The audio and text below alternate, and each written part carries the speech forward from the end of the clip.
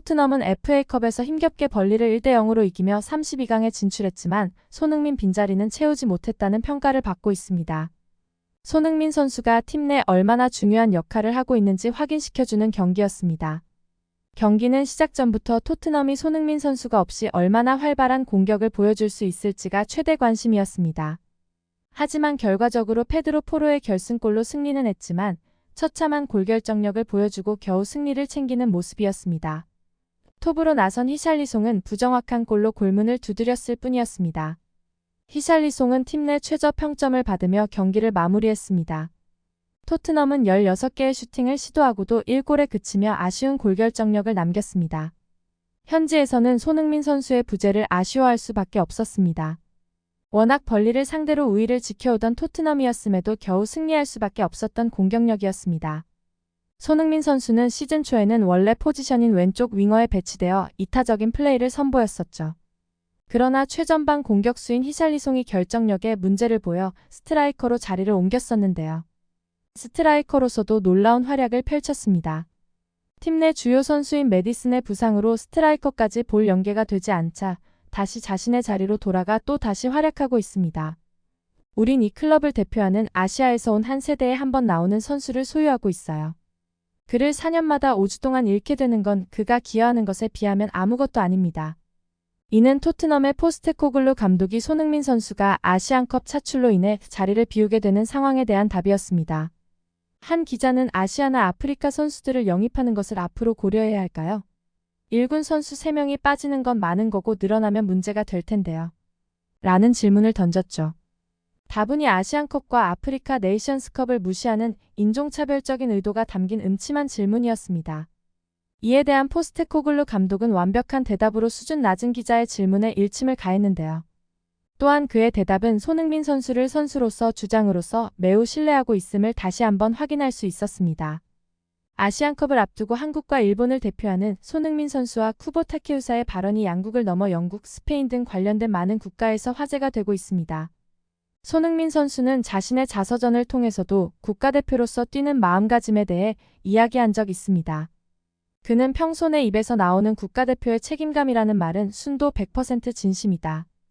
나는 태극마크가 자랑스럽고 조국을 대표해서 뛰는 일을 인생 최고의 영광이라고 굳게 믿는다. 나는 아무리 나이가 들어도 스스로 태극마크를 반납할 생각이 없다.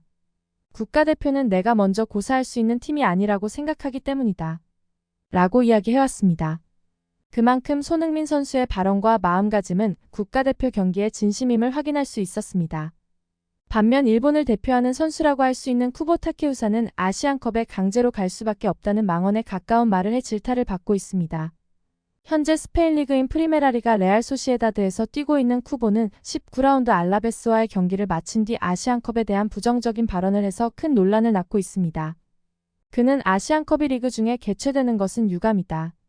레알 소시에다드가 나에게 돈을 주는 팀임에는 분명하다고 이야기했습니다. 이어 하지만 이러한 토너먼트에는 참가할 의무가 있다. 강제로 갈 수밖에 없다고 전했죠.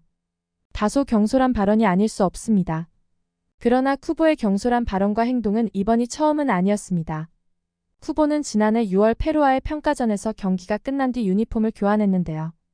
쿠보는 경기장을 나올 때 자기 옷으로 갈아입으면서 페루 선수가 준 유니폼을 바닥에 그대로 떨어뜨리고 나가버리기도 했습니다.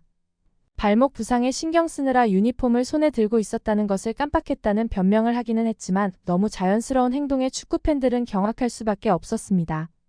유명 선수의 유니폼이었어도 깜빡했을지 의문이라며 비판받았습니다. 이에 페루축구협회 관계자 또한 쿠보의 태도는 오만하고 유치하다며 일가라는 사건이 벌어지기도 했었습니다. 유럽리그에서 뛰면서 차출되는 선수들 중 팀에 중요하지 않은 선수들은 없습니다. 또한 소속팀들 또한 치열한 순위 경쟁을 하고 있는 것은 마찬가지였는데요. 손흥민 선수야말로 치열하게 순위 경쟁을 하고 있는 프리미어리그에서 팀의 주장을 맡고 있어 더욱 막중한 책임감 속에서 팀에서 빠질 수밖에 없는 상황입니다. 같은 질문에 손흥민 선수는 팀의 공격수들에게 자신이 없는 동안 공격수들이 골을 많이 넣길 바란다는 애정어린 조언을 남겼습니다. 토트넘에서 손흥민 선수의 존재감은 우리가 생각하는 이상인데요. 토트넘의 공격을 이끌고 있는 핵심입니다. 손흥민 선수의 현재까지 대부분의 세부 지표들의 상위권을 차지하고 있죠. 축구 분석 매체 후스스코어에서는 이번 시즌 유럽 상위 5개 리그 최고의 스루패스 성공률에 손흥민 선수가 80%로 당당히 1위를 차지하고 있다는 분석을 내놓았습니다. 이뿐만 아니라 골결정력 1위, 스프린트 1위 등을 차지하고 있을 정도로 엄청난 활약을 펼치고 있습니다. 이런 공격적인 면에서뿐 아니라 팀의 주장으로서도 엄청난 존재감을 내뿜고 있었는데요.